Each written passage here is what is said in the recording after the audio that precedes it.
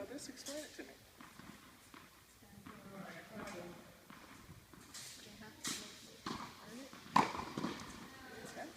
I want the opponent to feel like they have to hit perfect to beat.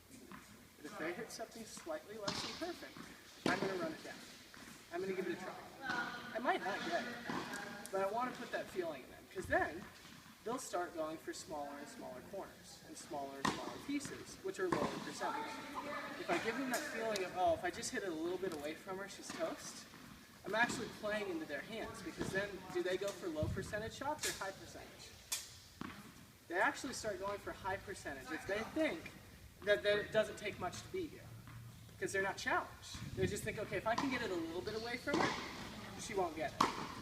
And that's never what you want your opponents to think, because you have great skills in terms of how fast you are and how quick you are. So we just have to make sure we have the same mental fortitude to go through this. And that's why every time I'm going to make you do push-ups if I see that you're not going for a ball, because you need to plant that in your opponent's head of that I'm going to go for everything. If you're going to beat me, you're going to have to outwork me and outplay me, because I'm not going to give it to you. I can't tell you how many matches I won in my own career simply because people gave it to me. They just gave up. I didn't earn it. They just gave up. I'll also admit I gave up a couple of times. You don't want to do that. You want to make, if someone beats you, you want to walk off the court saying they were better than you. Maybe I missed some shots. Maybe they hit some really good ones. But it wasn't because I didn't give it all I had. In terms of strategies we worked on today, first one was hitting corner to corner. Are we hitting winners or hitting damaging shots? We're hitting damaging shots, forcing them to run, forcing them to consistently work. This is something that you won't see the positive benefit after 1 point or after 2 points, but it's after a game, it's after a set, it's after 2 sets. This is where people are just exhausted when they're done playing, because you consistently make them touch 3 or 4 corners of the court. Explode the second strategy. Backhand. Just pin the player at the backhand and make them prove that they can hit a couple good backhands. A lot of players can't. So that's what you want to make them prove. Third strategy. Cross court. Good. Why did we do that? Because we were feeling really alert and perky. No? What?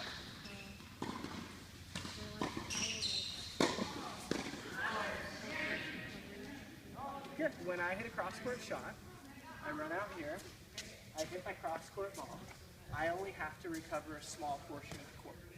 So short recovery, just like you were saying. If I hit down the line, I'm forced to make this longer recovery. So by default, my points are going to involve more running. So I'm just saying structurally, I'm going to try to play a point with less running since I'm fatigued. Notice all of our strategies are for when? Behind the baseline or in the net?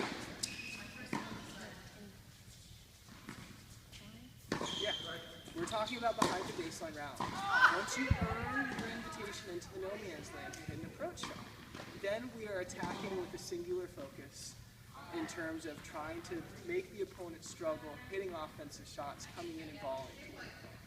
We're not trying a bunch of tricky different strategies there.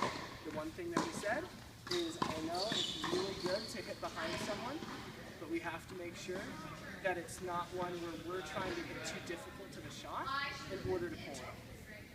If it's a good percentage shot for you, and you feel like they're out of position, then yes, go behind them.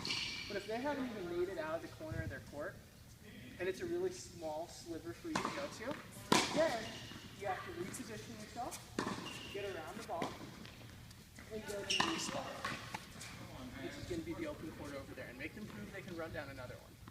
Does that make sense? So today we didn't work on strokes, we didn't work on technique, we worked on how to play. I don't think he even served once today. It was just all about how to play points. And you want to have a couple different strategies in your pocket. Because you could start, and let's say your first strategy is to make someone run. Let's say your shots are a little bit off. Okay, that strategy out the window. Let's try another one. Let's try another one. We could resort to plan D, which is let's just moon the ball up in the air. You gotta have something. Otherwise, you're just playing aimlessly, and we want to try to avoid that. Does that make sense? All right. Very good job. Nice work. And I use this